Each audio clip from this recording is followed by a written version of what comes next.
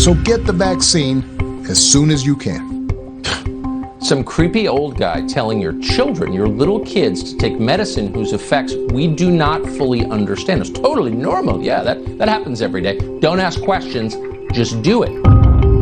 I think it's pretty safe to say the bipartisanship of last year has kind of broken down. Our colleagues on the other side of the aisle just can't resist stretching out the pandemic, using it as a rationale for additional spending far beyond what is best for the country.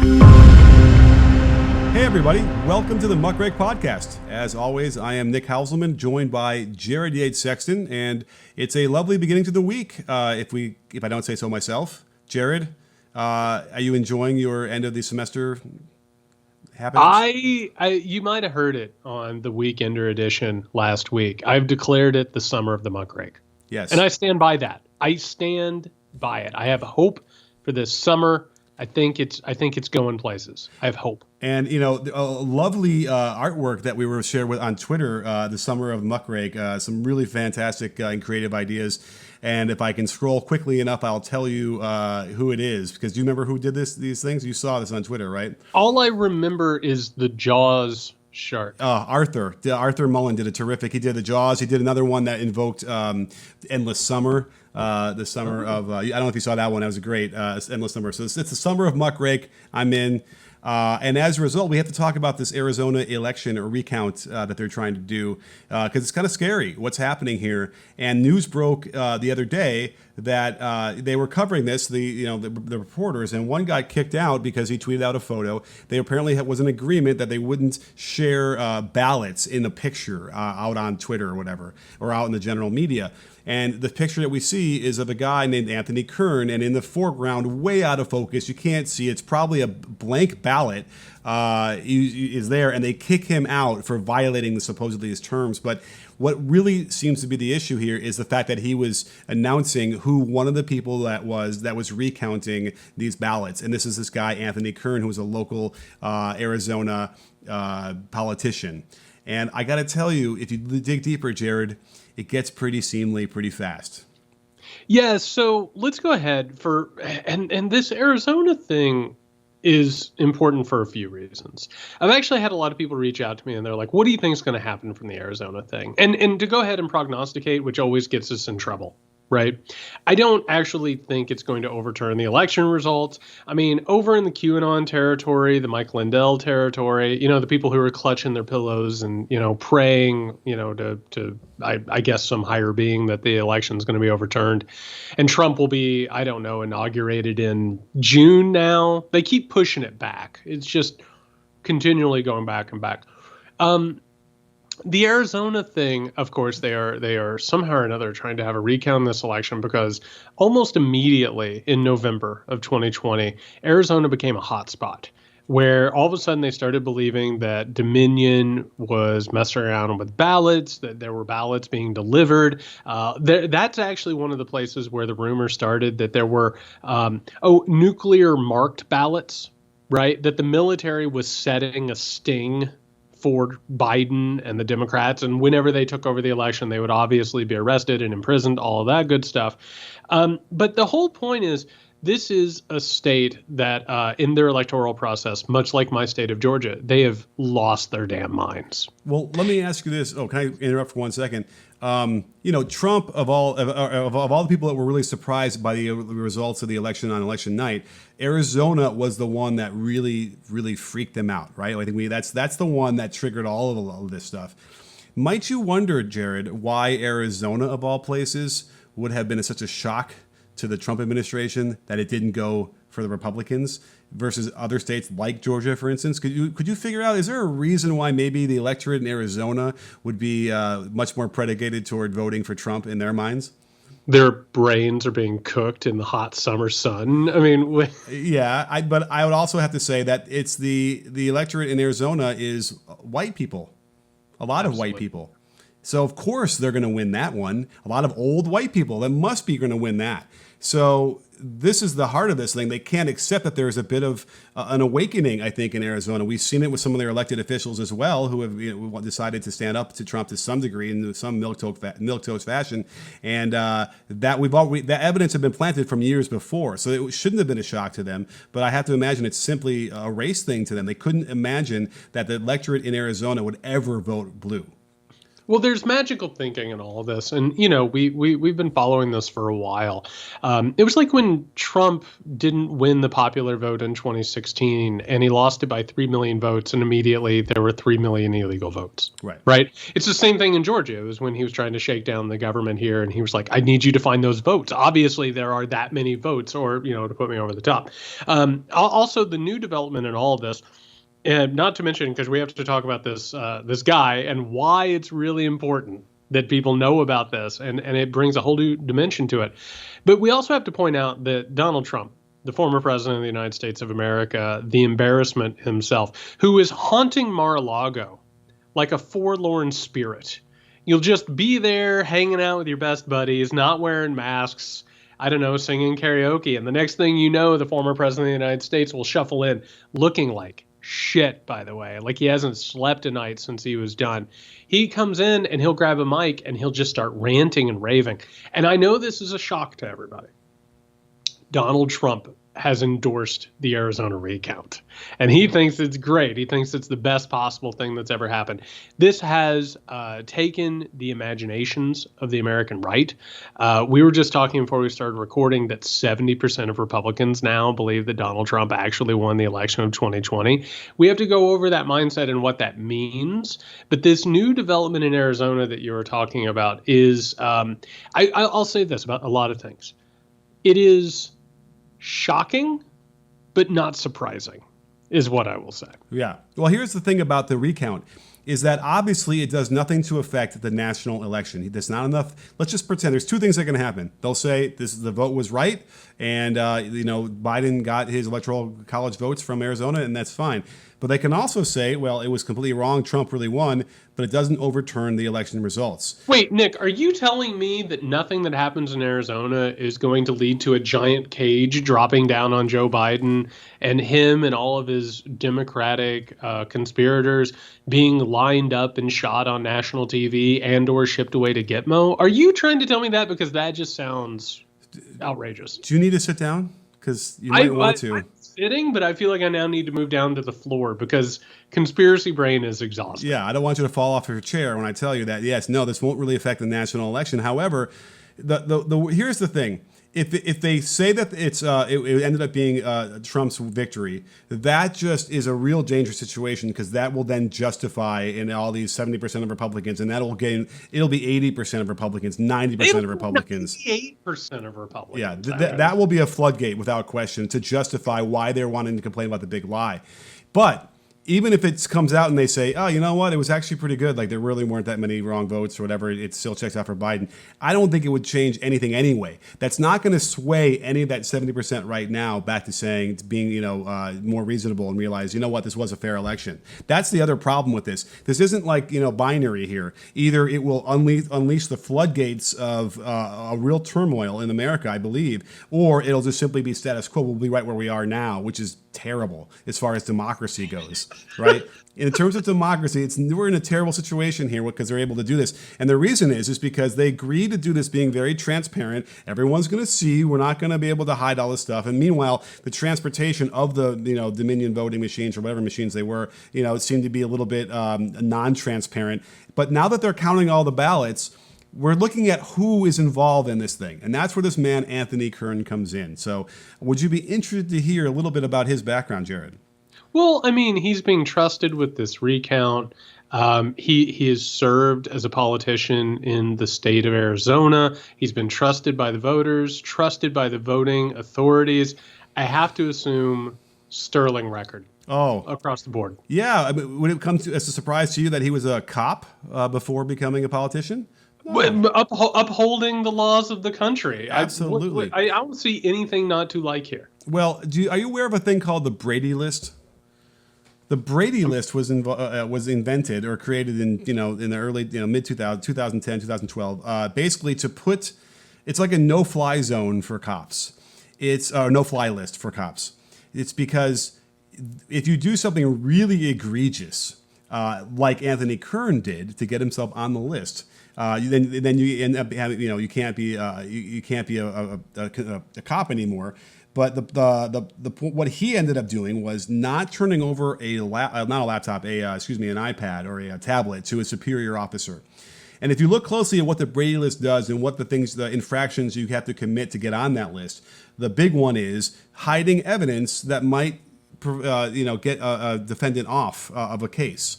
And if there's only one way to really, combine these two ideas, and it sounds to me as if Anthony Kern was, trying to get this guy, he found a perp and he wants to put him in jail for something, and they probably had evidence on an iPad or something that would have exonerated him, and he hid it. He didn't give it to a superior officer, so he got on that list. But it gets more interesting. That doesn't sound like you're backing the blue.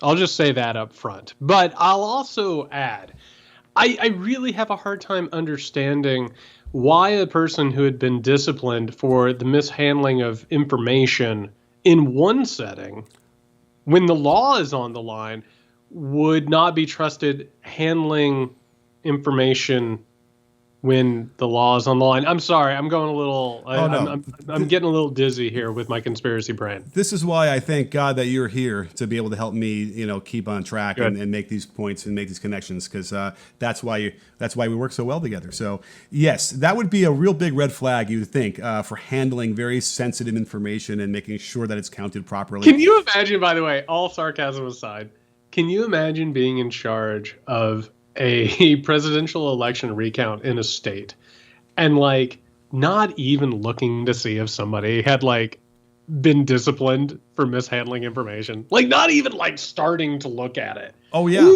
Or looking at it and being like, you have a good time out there. Yeah. Go enjoy yourself with those ballots. I mean, when he gets to the place where they're counting it, the state senator of Arizona gives him a tour. You know what it might have been? He might have just been getting a tour and said, "Hey, wait, let me count some ballots. Would you like me to do that?" And he goes, "Oh yeah, sure. Sit down. Here's some ballots." That might have been what happened. That's how organized this is. They promised that they were going to go through everyone's social media and scour it to make sure that no one was biased who was involved in counting these votes. I do have to say real fast on that subject, we live in a country where everybody's biased. I mean, just everybody has an opinion. And that's a hard thing to even find. But it's bad enough that this guy had gotten charged in a position of power with doing this, and that didn't disqualify him. But the good news here is I assume there's no other strike against him. Oh, well, let's keep going, because the story continues. If he wanted to get off of this list, I don't think you actually can, or there's in any kind of official way once you get that black mark on it. But as a legislator, he decided to create a new law that would get certain people off of this list. He was elected, Nick. He went up for office after getting on this list. Mm-hmm. And the voters of Arizona are like, he's got a little bit of a checkered past, but yeah. Why not? Let's go. Yeah, I like his haircut. Let's do it. And so he gets so he tries to get whip up votes to pass a new law in Arizona that would effectively get him off of this list. Wouldn't you think if you were doing this that you probably, in good faith, whatever that term means anymore, you probably have to tell the other legislators that you're trying to get to join you on this bill that you are on this list, right? You probably have to tell them at least that. It could have been when you're coughing, I'm on the list too, by the way. You have to do something to tell them that. He did not do that. None of them knew that, and ultimately this law did not get through. But here's a guy willing to manipulate the system, is so much to the fact that he will just basically pass a law that only benefits him and obscure that. Again, more obfuscation here with evidence and with information. And meanwhile, here he is, trying to be the auditor of a recount of a national presidential election. The good news about all of this is there's no way there's anything else that happened with this guy that would cause us to wonder about his impartiality handling sensitive ballots during a presidential election. That's the good news here. It is, right? Because I think I'm forgetting a big. What's the next thing I'm forgetting then that he did? There couldn't be anything else that would be involved with the election whatsoever. With Anthony Kern? Yeah, no way. No, tell me, what else is there then? What you're the one looking at this guy's rap sheet. There's no way. I thought I covered it. I thought we said he tried to change the law. Oh my God, Jared, what is wrong with me? Okay, let's put the cherry on the top of the soda, shall we? The great thing here is that it was a bit, and in the midst of looking at how corrupt this guy is. Yeah, I forgot the bit. I can't believe it. Anyway, this is great. This is great, compelling live recordings. It's wonderful. No, because it's incredible because you start looking at this thing and you're like, my God, how is this person trusted with anything? And it just keeps going and going and going. And I think you were trying to kick me under the table, and you can't reach from here. So let's just say that you needed somebody who's a stand-up, politician who's really got his scruples, and you can trust him. Law and democracy. And, so it's really unfortunate for this man that they caught him, and it's a great picture, by the way, in the middle of the insurrection at the Capitol.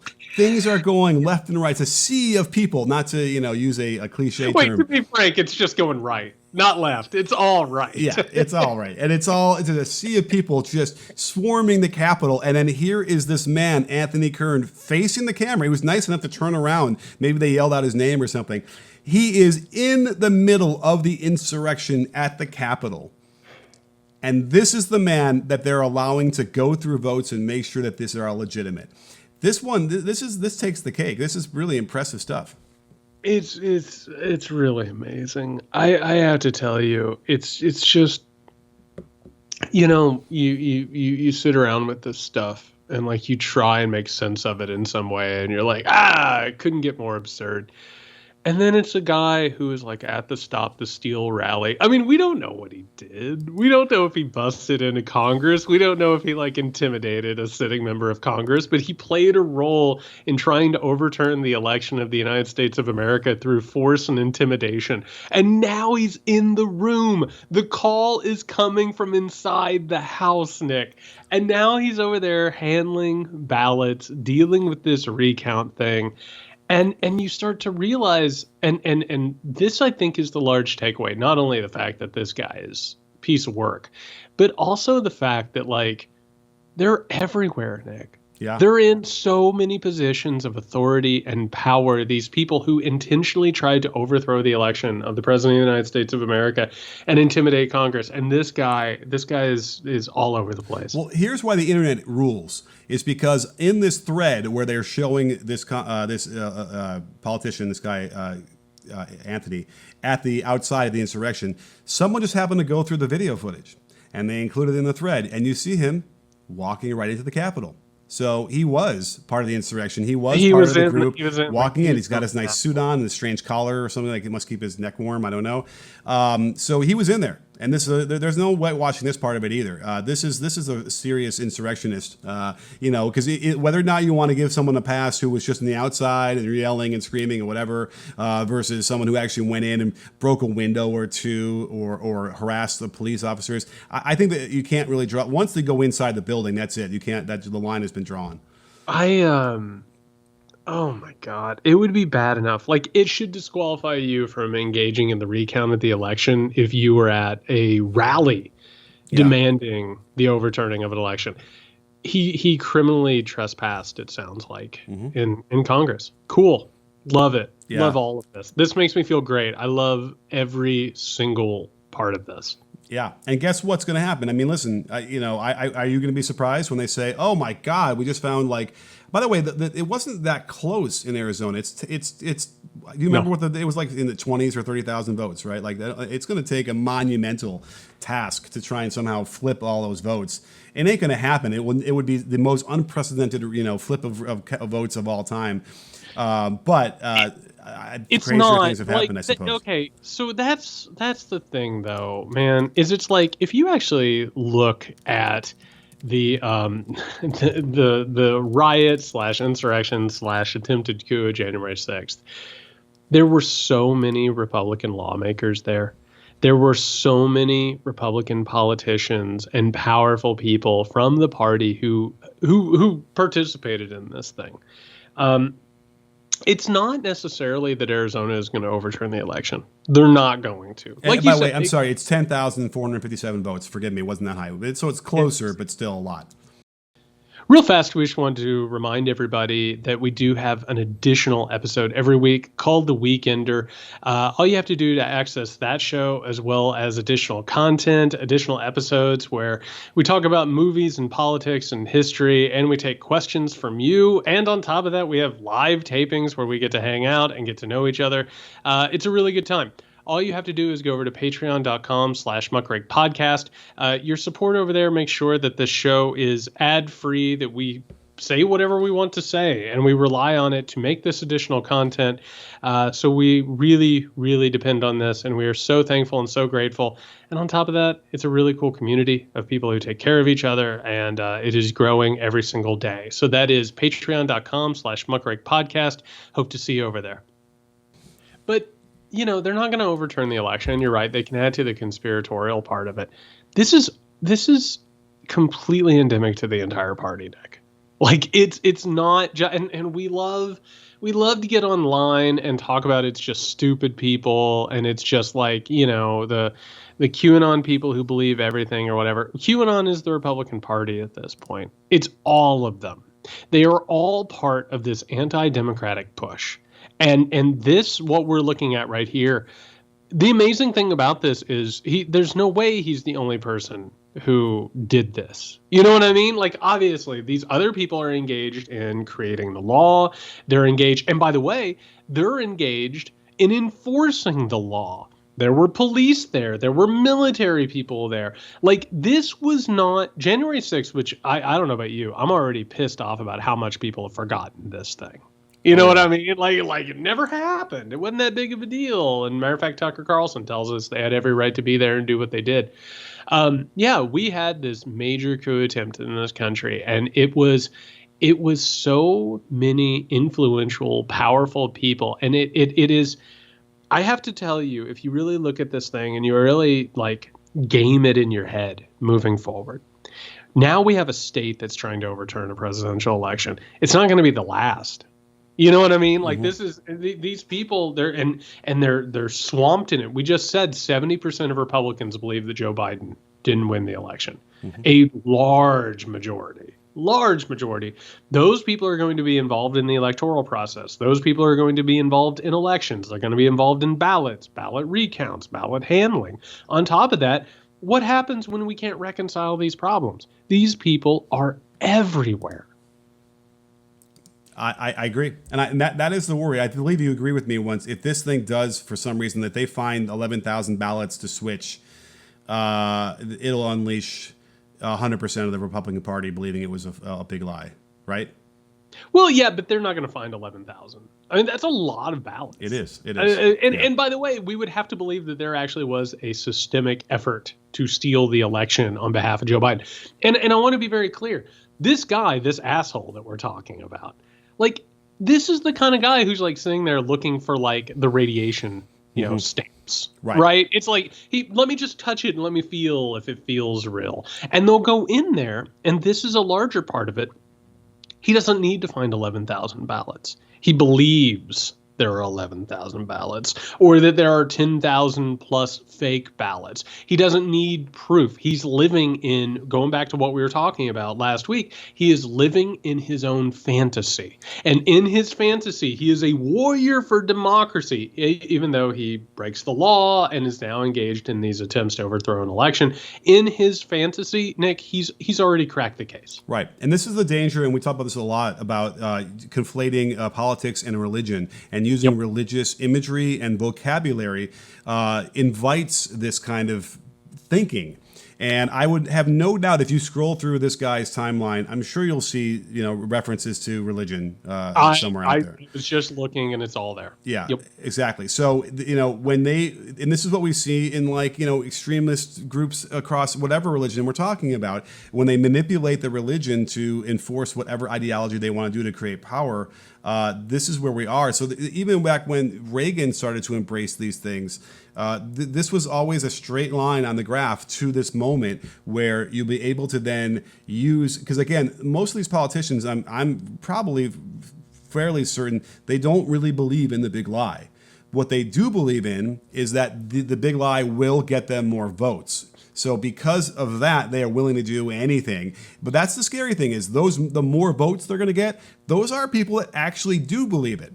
They're conditioned through their religious beliefs and the way they're raised to when they hear those keywords, it stirs them up and it appeals to them.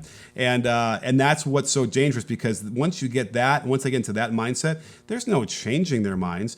Arizona could come out and say, guess what? We found 10,000 more ballots for Biden. Yep. They could say that. And that would be like, more proof that it was rigged somehow. So the deep state was so afraid of what they would find that they were backing in trucks in the middle of the night.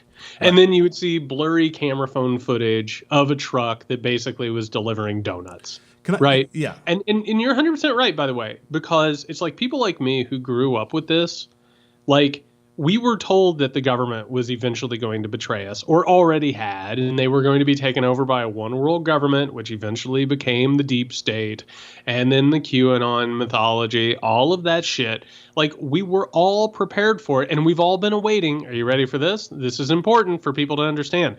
Quote unquote, signs and wonders. And at some point, a lot of things would happen, and all of a sudden there would be tumultuous moments and even possibly miracles.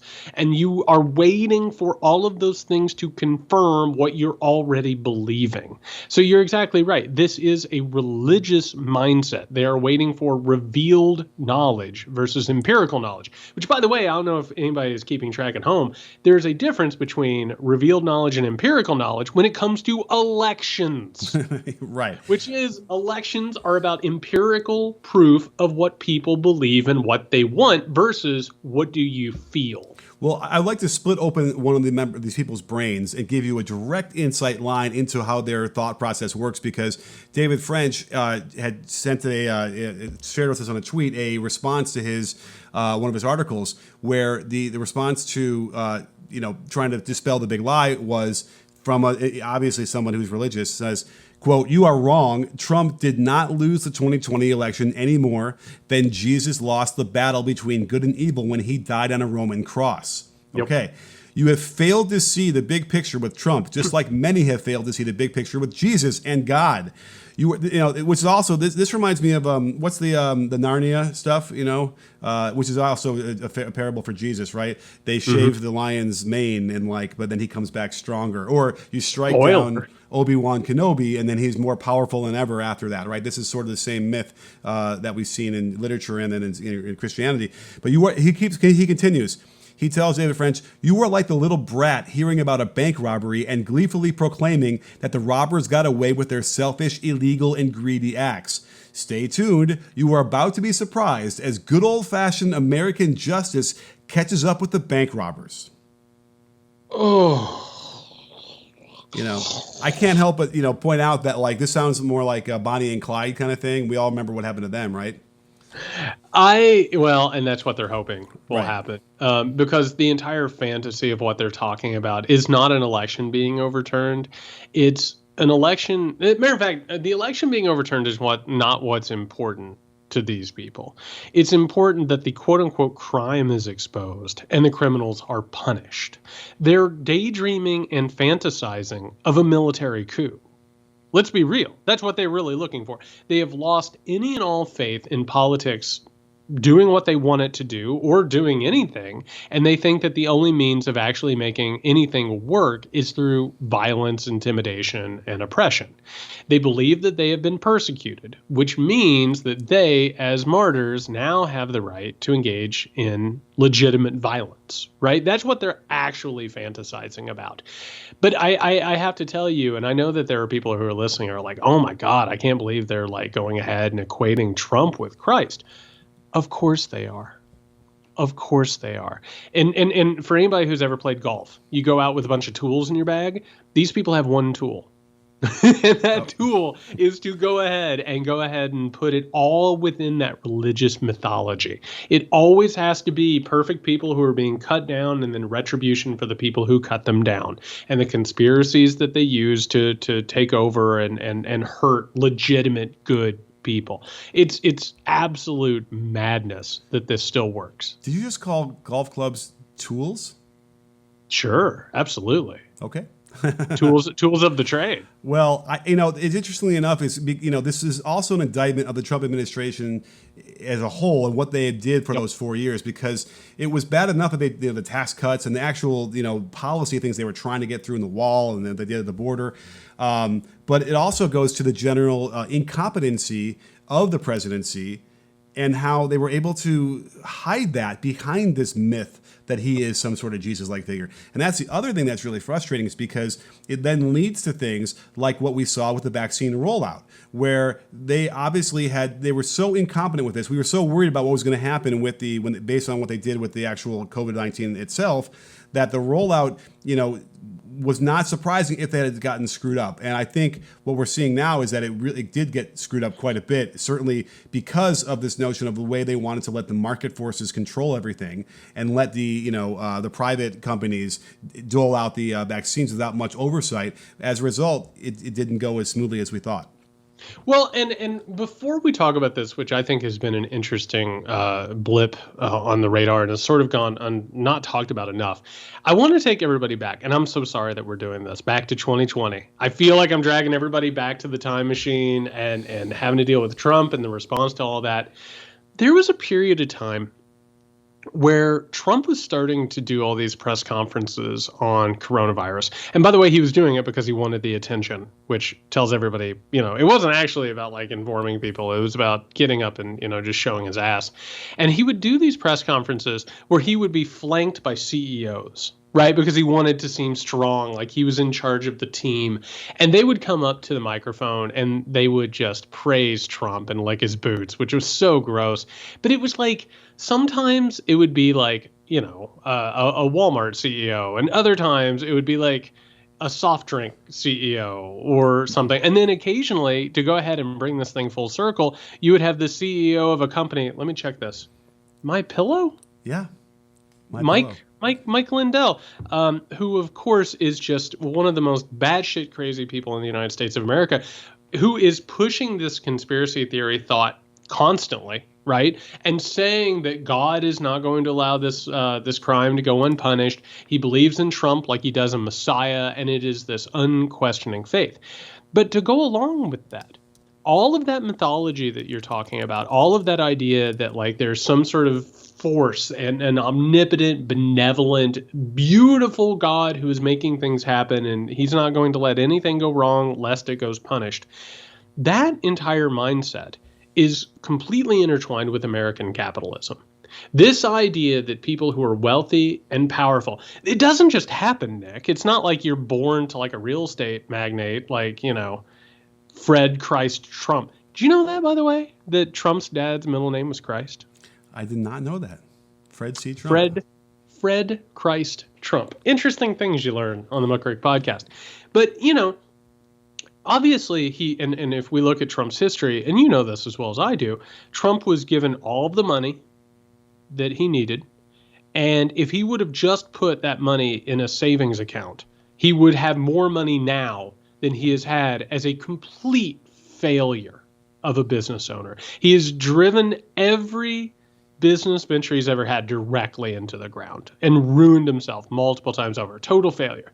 But the American mythology, which is one of the reasons why Trump was able to become president of the United States and why so much of his bumbling, stupid mistakes, why they were sort of rebranded into something else, is because the American mythology says that capitalism is backed by the grace of God. And if you have a ton of money and you have power, it must be God's will because you're doing something right or that you're talented. There's a meritocracy at work here. And this gets transferred over to corporations. And this is one of the reasons why people have trusted corporations over the public sector. One of the reasons why Reagan said, what are the 9 worst words or most frightening words in the English language? I'm from the government and I'm here to help. And that the government ruins everything and you can't trust the government to do anything. And even people who know that is a lie, like you and myself, it still seeps into our heads sometimes, right? We don't want to trust the government with our money. We don't want to trust the government with these projects. And what we saw not only with Trump bumbling this thing, but also these corporations have screwed it up. Because America doesn't have a healthcare system worth writing home about, we started trusting this process to CVS, to Walgreens, to Walmart. And what do we find out today? The majority of wasted vaccines were wasted by corporations. That, and by the way, more than a lot of states, the corporations are the ones who wasted these vaccines. And we can make arguments about how it worked. But my understanding from people who went that route is that they were not as pleased with this situation as people who went with the public projects. And we are entering into a new era where we have to reconceptualize how we think about private versus public, because we have been more or less brainwashed to believe that private is always better than public. Right. Although, and by the way, I don't want to make it seem like I'm friends with the corporations and I want, no regulations and free markets. Because, old corporate dick. That's yes. what we all call you when you're not around. Old corporate dick. No. Well, let me dispel that one, because we know that these corporations will kill people if you don't regulate them tightly. Happy to. Yes. Happy to. And if we don't forget, there was a chemical company that was begging the Trump administration not to deregulate this certain thing that they use, some ingredient they use that was killing people. They don't want to use it. They don't want to be able to use it by the law. But and then the other thing about religion and how this intersects is that we've seen in the past when people have been poisoned by certain corporations for dumping illegal things or whatever. Like a lot of times, they're poisoning baby with baby powder. Yeah, you know what I mean. Like I mean, like the cigarette thing was just the beginning of this. Like, how many of them have polluted the environment? How many of them have intentionally destroyed the environment, knowing that it's leading to a climate catastrophe? And they're only interested in the bottom line. That's it. And you have to be worried, like the victims would be more willing to pray to God to be healed versus fighting these people and shutting them down with class action lawsuits. Like that was another part of the thing that made this thing work so well for these corporations. But here's the thing: if you were looking at it, okay, and you have to take at face value that we don't have this magical system that we're talking about for healthcare for everybody.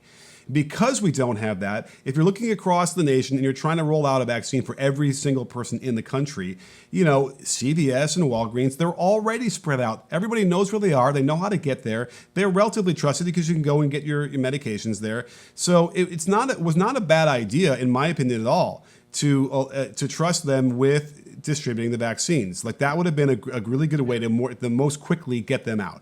And let me just say this. I just want to add to that real fast. Just real fast as a rejoinder to that. There's a reason why Walgreens, CVS, and Walmart were used in this. And that is because they're everywhere. Mm-hmm. Everywhere. Because they have dominated their markets to the point where you can't drive through a town. Every town basically looks the same anymore. It's the same corporations that have completely dammed up their markets. And what do we say about that? We're like, oh my God, they must be successful. They must be wonderful. Well, tell that to somebody who works at Walmart, because I can tell you that they're not treated well. Right? That it is not this perfectly run business. And by the way, the only reason that they're able to do all this is because they rely on the government for infrastructure support, but also to put their people on welfare and to put them on things like Obamacare. And one of the things that we're seeing here is you shouldn't have to go to one of these stores. We should have hospitals.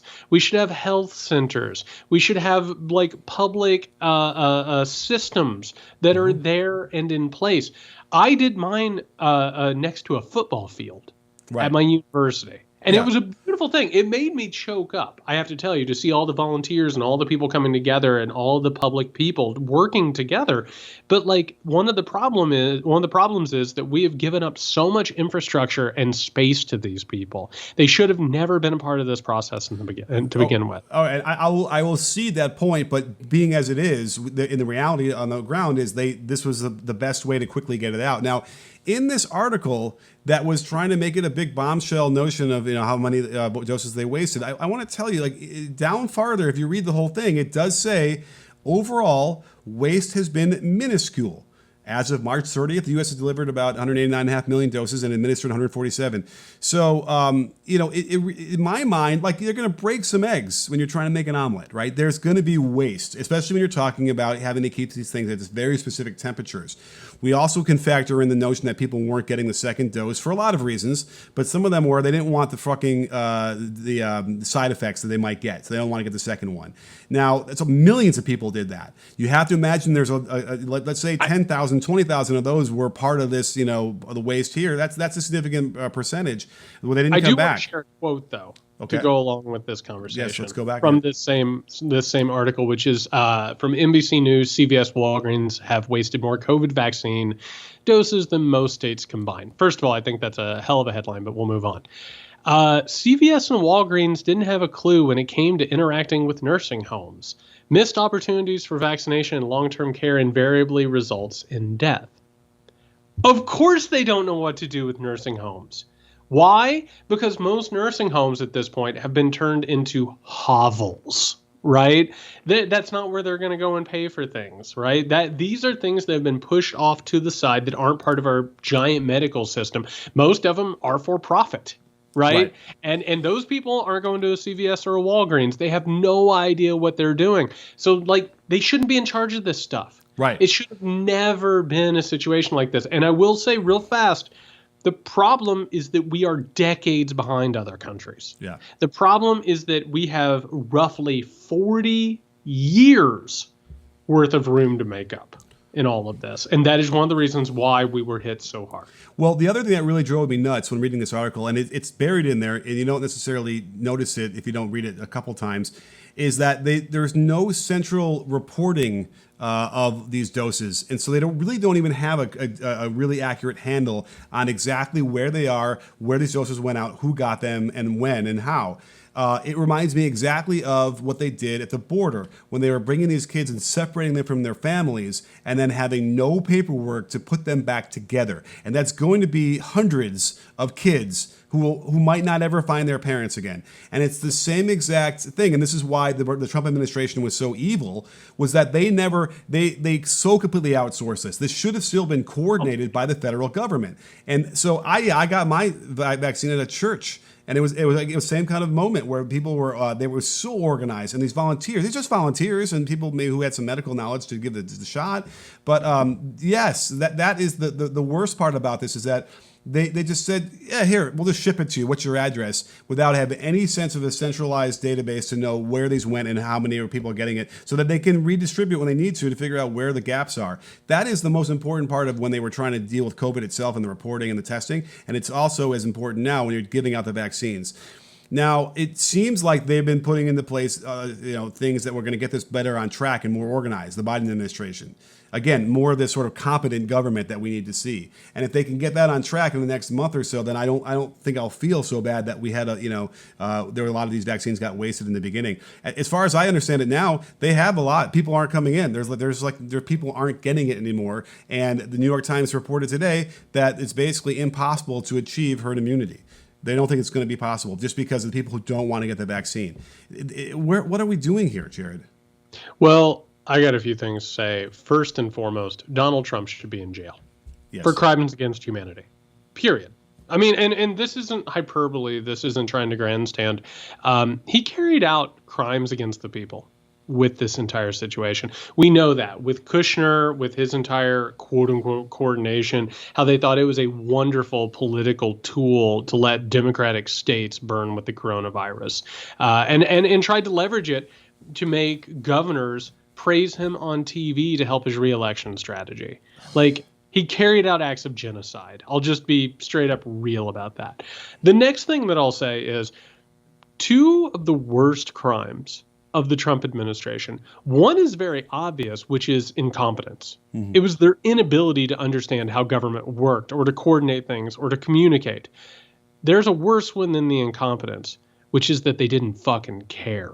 They were not interested in using government to help anybody. The only thing that they were interested in as president of the United States of America, and I don't think we've even properly wrapped our heads around what happened for 4 years in this country, which is a person was president who had no interest in being president of the United States. None. Absolutely none. He did it as a scam and a grift and as a way to stroke his own ego. And then he got in and he had no interest whatsoever in the job or doing it. And so he just didn't. Mm-hmm. If you actually sit around and look at what happened during the Trump administration, the majority of it is avoiding doing any actual work or actually passing anything outside of tax cuts for the rich and then selling off the government for spare parts. Like, that's a terrible crime, particularly during a pandemic. The next thing that I will say, which is what we're watching now, is actual competent government. Like, I have problems with the Biden administration. We don't even need to get into that at this point. But look what they can do. Look what actually happens when you marshal public energy and support for things. And doesn't this feel like a breath of fresh air to understand that these things can be done?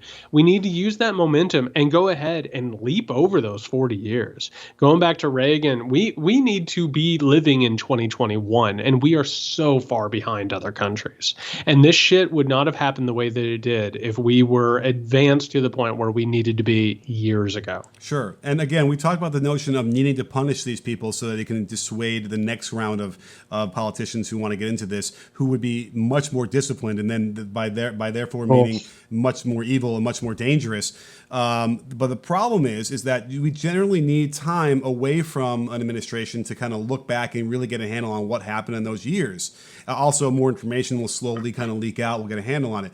But if enough time goes by, then people kind of don't care anymore, and we want to move on, and we're not outraged like we should be.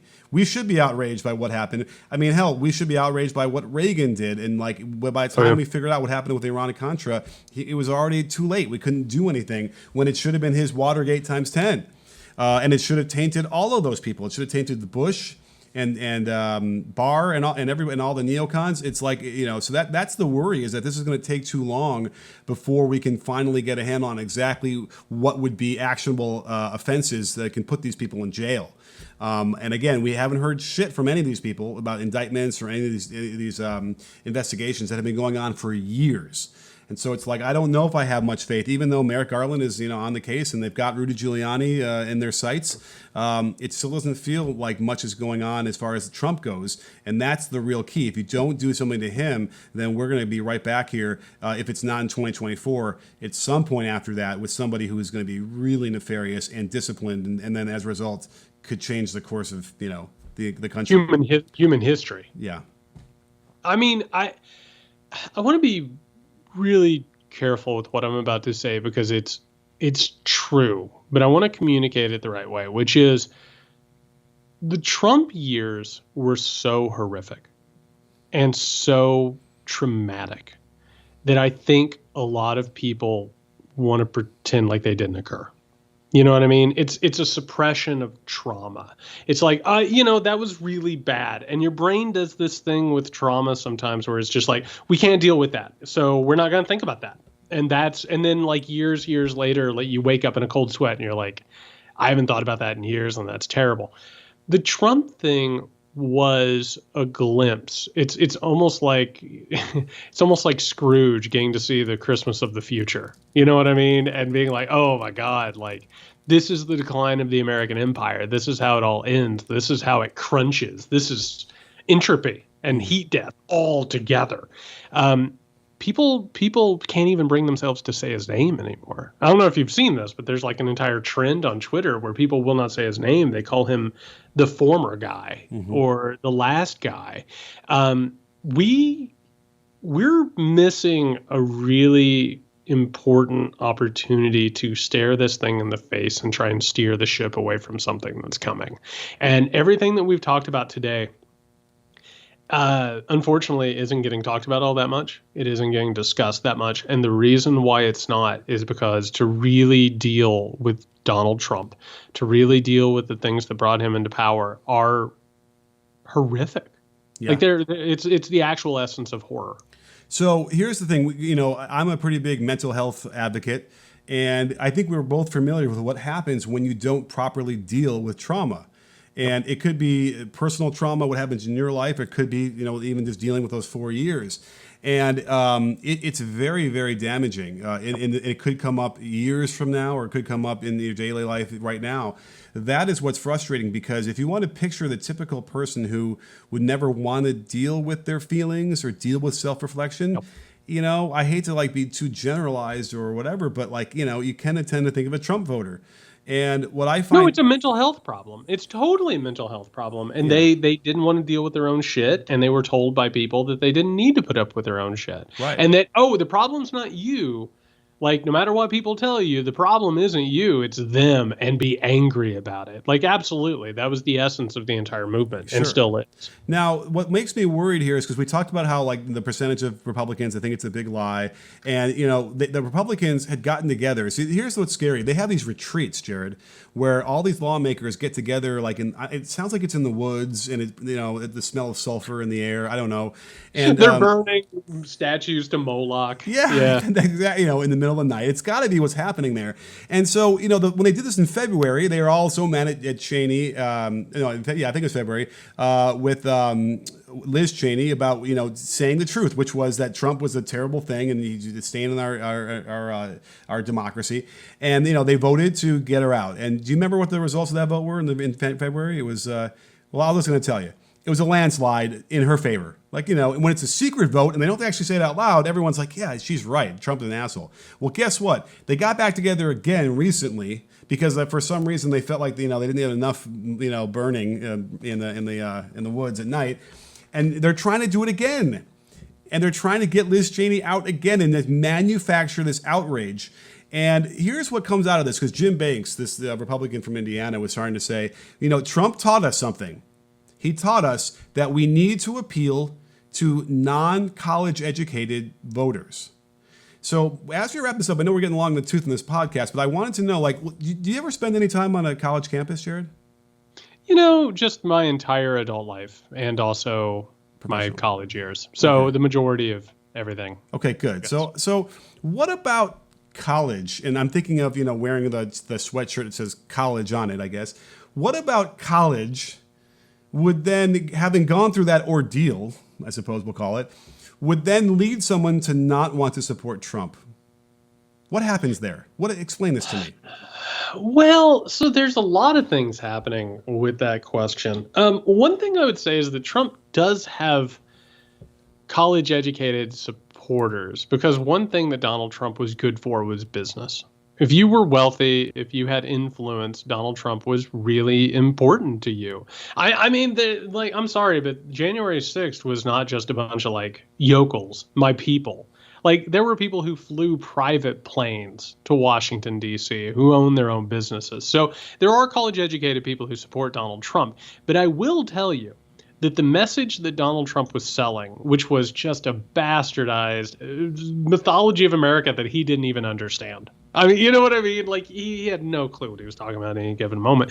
But the Republican right-wing mythology of America is a simplified mythology and narrative of America, which goes back to the mental health thing that you were talking about, that says there's nothing wrong with white people. There's nothing wrong with being wealthy. Oh, you want to talk about Native Americans and you want to sit here with your political correctness. It is an argument over what we talked about last week, which is uninterrupted fantasy. Don't tell me that I'm supposed to feel bad. Don't tell me that I have privilege. How dare you? I will beat the shit out of you if you don't stop telling me that. So it's all about interrupting that fantasy. Absolutely. So you think that college interrupts that fantasy just by the nature of learning and being smarter than you were when you started? It does, but I do want to, and this is something that we're going to talk about soon. This is something that I'm gestating, I'm thinking about, I want to talk about, which is, I think a lot of people think that by going to college, and they think that college is a liberal institution of indoctrination, they sort of still think about the 1960s and 1970s. And if you go through college, you come out and you're like a left-leaning, challenger to capitalism, when in fact it's very much a place where you go to learn to be a manager of capitalism. So we'll talk about that sometime soon. But yes, that is true. That's where that narrative and mythology start to break down. Okay, fair enough. Because I also feel like when you're talking in code about these voters that they're trying to attract, when you start saying, so let's put the college educated people aside. The people that they're targeting, the non-college educated people, we're basically saying white people. Poor white people, even though there's plenty of other people of other colors who don't go to college either. But that's not who they're talking about. No, because they're not voting for Trump. And that's the scary thing is, because it's a zero-sum game, this is not about helping constituents or making the country better or having progress. This is simply about winning.